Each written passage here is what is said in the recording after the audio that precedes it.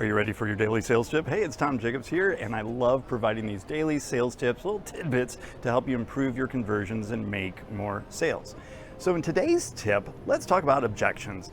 That is, like everybody that is in sales, their worst nightmare is handling objections, which it really doesn't need to be, because objections are just questions that people are concerned about and want answers to. So why not include the typical objections in your sales presentation so that they're addressed straight up before the prospect even gets a chance to ask those questions? You've already handled those objections. For example, the objection of, oh my gosh, it's too expensive.